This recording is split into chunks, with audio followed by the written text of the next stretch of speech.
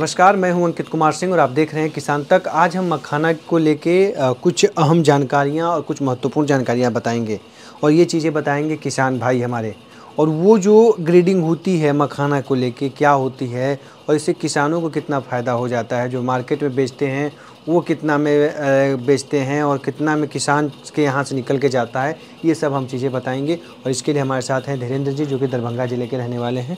जी धीरेन्द्र जी, मखाना की जो ग्रेडिंग होती है 7 सूत, 6 सूत, 5 सूत जिस तरह से होता है, तो जो रेट तय होता है वो आप लोग का कितना आप लोग को मिलता है, 6 सूत का, 7 सूत का, और बाज़ार में क्या स्थितियाँ रहती हैं? जी देखिए, जैसा कि मखाना बीज को जो हम पंपिंग करते हैं यानी लावा बनाते हैं, तो लावा बनाने से पहले एक तो हम बीज का ग्रेडिंग कर लेते हैं, हर साइज़ का बीज अलग अलग कर लेते हैं। फिर जैसे लावा तैयार होता है तो एक हो जाता है मिक्स मखाना, जिसमें सब साइज़ का, जैसे आप देख सकते हैं ये मिक्स मखाना है, इसमें पर हर एक साइज़ का लावा है। तो इसका ये अलग हो गया। और जो सबसे बड़ा साइज 7 सूता, जिसको आम भाषा में बोला जाता है, तो ये 7 सूता है जो सबसे बड़ा साइज हो गया।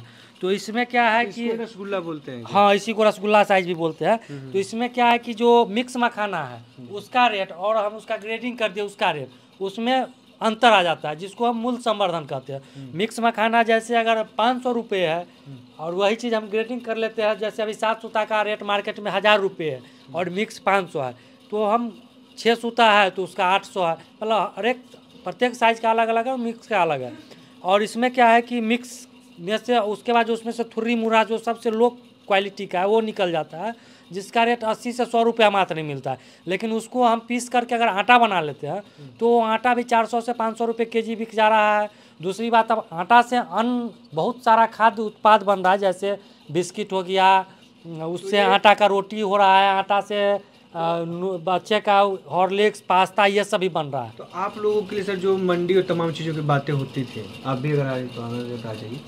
आप मंडी और तमाम चीज़ों की बातें हो रही हैं, तो आप लोग तो प्रोसेसिंग करते हैं या मतलब वो बाहर ही होता है अभी भी? नहीं, अभी तो प्रोसेसिंग भी करते हैं, लेकिन यह क्या कि मैनुअली है। अभी जो भी है वो मजदूर द्वारा किया जाता है, जो इसका हुनरमंद मजदूर है जो करता है। इसमें मशीन सब तो अब आ भी गया है, लेकिन जो संतुष्टि लायक मशीन है, जो हम लोग जिससे संतुष्ट हो ला सके, ऐसा मशीन नहीं आया है। तो मशीनीकरण पर मतलब युद्ध स्तर पर काम करने की ज़रूरत है मखाना में। खेत से लेके और प्रोसेसिंग, ग्रेडिंग, पैकेजिंग तक हर चीज़ मैनुअली हो रहा है। आप लोग नहीं करते हैं ना प्रोसेसिंग? नहीं, वो लेबर अगर उपलब्ध हो गया तो करते हैं, नहीं हो पाया तो फिर मुश्किल हो जाता है। आप लोगों को क्या कितने में जाता है बाजार, ये कितने में बिक जाता है? 7 खुदरा वाला जो रहता है। ये खुदरा रेट तो 1000 रुपये है, लेकिन अगर हम व्यापारी की बात करें तो अभी 800, 700, 800 रुपये केजी व्यापारी ले रेट। जाते हैं? हाँ, ले जाते हैं। ये तो दाम बढ़ा है कि घटा है? नहीं, इस साल तो दाम घटा हुआ है। जहाँ मिक्स मखाना अभी आपको 350, 400 में जा रहा है, दाम बहुत कम है। अन्य सालों की अपेक्षा इस साल मखाना का दाम बहुत कम है। अगर चीज़ें बेहतर हो जाए, जैसे आप लोग खेती करते हैं, आप लोग जो गुड़िया जो बेचते हैं और तमाम चीज़ें करते हैं, आप व्यापारियों को बेचते हैं, अगर वो चीज़ें आप लोग के पास हो, प्रोसेसिंग यूनिट हो जाए, तमाम चीज़ें हो जाए, तो कितना बेहतर मानते हैं कि और बेहतर हो सकता है? देखिए, यदि प्रोसेसिंग का नाम पहले बता दीजिएगा। मेरा नाम अनिल कुमार है, ग्राम बेलवाड़ा, और इस ढड़िया बेलवाड़ा पंचायत का वर्तमान में हम उप सरपंच यहाँ पे हैं। अच्छा। और इनका नाम धीरेन्द्र कुमार सिंह। हाँ, और ये जी और ये लड़का जो है ना, ये सिर्फ कहने की बात तो नहीं है, हकीकत बात जो है कि ये हमारे पंचायत में नहीं, हमारे प्रखंड में, जाले प्रखंड में नंबर 1 किसान में है।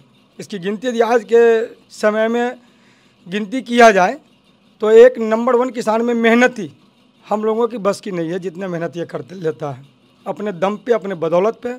कुछ हमारे कृषि विज्ञान केंद्र के वैज्ञानिकों का सहयोग मिलता है। अच्छा, और मखाना खेती करते हैं? मखाना का खेती तो हम नहीं करते हैं, थोड़ा बहुत कर लेते हैं। हमारा पोल्ट्री फार्म बहुत बड़ा यहाँ पे है, जो मेरे समझ से दरभंगा डिस्ट्रिक्ट में एक आध हो तो हो, इतना बड़ा। अच्छा जी सर, हम पोल्ट्री फार्म भी देख लेंगे अभी कुछ देर में। लेकिन क्या मानते हैं, अगर ये व्यवस्थाएं जो प्रोसेसिंग ये प्रोसेसिंग का काम यदि ठीक हो जाए ना मखाना का, तो किसान के लिए उत्पादन करना बहुत आसान हो जाएगा।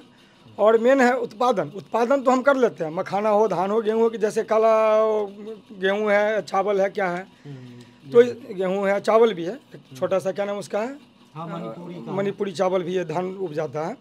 तो उपजाना तो कोई बड़ी भारी बात नहीं है, लेकिन मार्केट, जिसका मार्केट मिलना बड़ा मुश्किल है। मखाना तो उपजा लिया, हम बेचेंगे कहाँ, प्रोसेसिंग कहाँ करेंगे, अपने यहाँ लागत ज़्यादा पड़ता है। ऐसा कोई मशीनरी नहीं है, कोई गवर्नमेंट की तरफ से या बिहार सरकार की तरफ से या भारत सरकार की तरफ से कोई ऐसा अनुदान नहीं है और कोई इस तरह का फैसिलिटी नहीं है जो हम लोग को मुहैया कराया जाए जिससे किसान जो है आगे की ओर अग्रसर हो।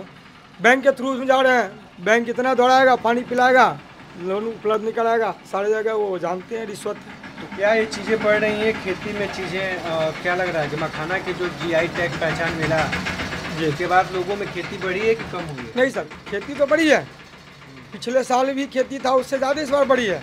लोगों को देखा देखी अनुकरण कर रहा है, लोग देखा देखी अनुकरण कर रहा है कि हम आगे की तरफ बढ़े और इस काम को आगे की ओर खेती को हम ले जाएं। लेकिन सबसे बड़ी समस्या है जो प्रोसेसिंग है ना, वो प्रोसेसिंग में बड़ा मुश्किल है किसानों को। इस तरह का कोई संसाधन उपलब्ध नहीं हो पाया है, कोई मशीन उपलब्ध नहीं हो पाया है जो हम इसको आगे डेवलप कर पाए। और ऐसा भी गवर्नमेंट की तरफ से कोई ऐसा हमको फैसिलिटी दिया जा रहा है तो ये मखाना की खेती, और हम लोग मिथिलांचल से हैं तो मिथिलांचल में तो सर मखाना से बढ़िया खेती कुछ हो ही नहीं सकता है। इतना उत्पादन के बाद यदि प्रॉफिट हो ही नहीं सकता है। तो इनका है कि अगर ये प्रोसेसिंग यूनिट है तमाम चीज़ों पर सरकार थोड़ा विशेष ध्यान दे दे तो हम अपने घर पे ही बनाएंगे, पैक भी करेंगे और बाज़ार तक बेचेंगे भी। लेकिन इसी को लेके इनकी तमाम विशेष किसानों की विशेष मांग और साथ ही साथ समर्थन मूल्य, एक MSP, एक रेट होना चाहिए कि जो एक निश्चित रेट हो। हर फसलों का एक रेट होता है, कितने से रेट से ऊपर सरकार खरीदेगी वही रेट इसको भी लेके हो, क्योंकि अगर GI टैग मिला है, एक पहचान मिली है मखाना के क्षेत्र में बिहार और मिथिलांचल के एरिया को, तो सरकार की भी जिम्मेवारियाँ थोड़ी सी बढ़ जाती हैं कि इसको एक पहचान को बनाए रखा जाए। क्योंकि पहचान और अवार्ड तमाम चीज़ें मिलना बड़ी बात नहीं होती है, बल्कि उसकी चीज़ों को लगातार बनाए रखना, उस लेवल तक बनाए रखना भी एक बहुत बड़ी चुनौती होती है। और किसानों का मानना है कि अगर ये चीज़ें सरकार थोड़ी ध्यान दे तो बेहतर है, अगर नहीं ध्यान देगी तो जो स्थितियाँ हैं धीरे धीरे, हमारी भी कुछ ग्राउंड रिपोर्ट हुई, तमाम लोगों से बातें हुई, उन्होंने साफ कहा कि हम जहाँ 3 एकड़ करते थे वहाँ हम 2.5 एकड़ पे आ गए हैं, 2 एकड़ पे आ गए हैं। तो ये जो दायरे हैं वो कम होते जा रहे हैं। अगर ऐसा होगा तो शायद फिर संकट कुछ गहरा सकता है। लेकिन सरकार भी इस पर सकारात्मक कदम उठा रही है, मखाना महोत्सव से लेकर कई तरह के कार्यक्रम चला रही है। तो उम्मीदें हैं कि आने वाले समय में शायद स्थितियाँ बेहतर हों और धीरेन्द्र जी की जो शिकायतें हैं उसका काफ़ी हद तक निपटारा भी हो सके।